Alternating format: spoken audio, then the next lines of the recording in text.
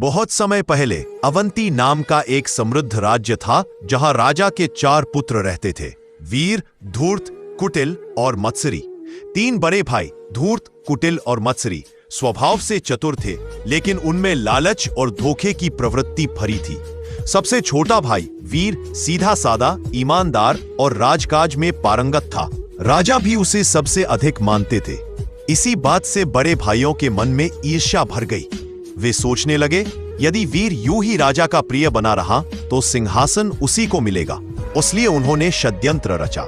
उन्होंने राजा को भ्रमित कर दिया कि वीर गद्दारी कर रहा है।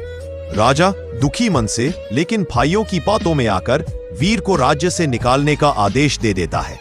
अपने ही भाइयों की चाल का शिकार होकर वीर राज्य छोड़ देता है। वह दुखी तो होता है, लेकिन उसका मन स्वच्छ रहता है। कुछ महीनों बाद वह कौशल नाम के महान और पराक्रमी सम्राट के राज्य में पहुंचता है।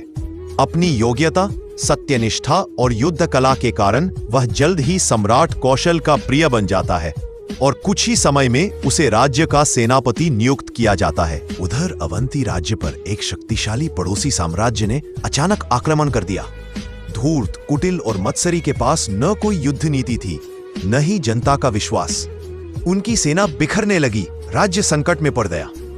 वे समझ गए कि अब केवल वीर ही उन्हें बचा सकता है। अपनी गलती का एहसास करते हुए तीनों भाई कौशल राज्य पहुंचे और वीर से सहायता मांगी। वीर सुनकर स्तब्ध तो हुआ, पर उसके मन में द्वेष नहीं था। उसने कहा, राज्य मेरा घर है और प्रजा मेरा परिवार। भाइयों की भूल को मैं मन पर नहीं रखता। वीर ने सम्राट कौशल से अनुमति ली और अवंती राज्य की रक्षा के लिए विशाल सेना लेकर निकल पड़ा। उसके नेतृत्व में युद्ध हुआ। रणभूमि में वीर के साहस और उसके सैनिकों की रणनीति का कोई मुकाबला नहीं कर सका। कुछ ही दिनों में शत्रु को पराजित कर दिया गया और अवंती सुरक्षित हो गया। तीनों भाइयों को अपने षड्यंत्र पर गहरा पश्चाताप हुआ। वे वीर के चरणों में गिर पड़े। वीर ने उन्हें उठाया और कहा, सत्ता नहीं, सच्चरित्रता ही मनुष्य को महान बनाती है।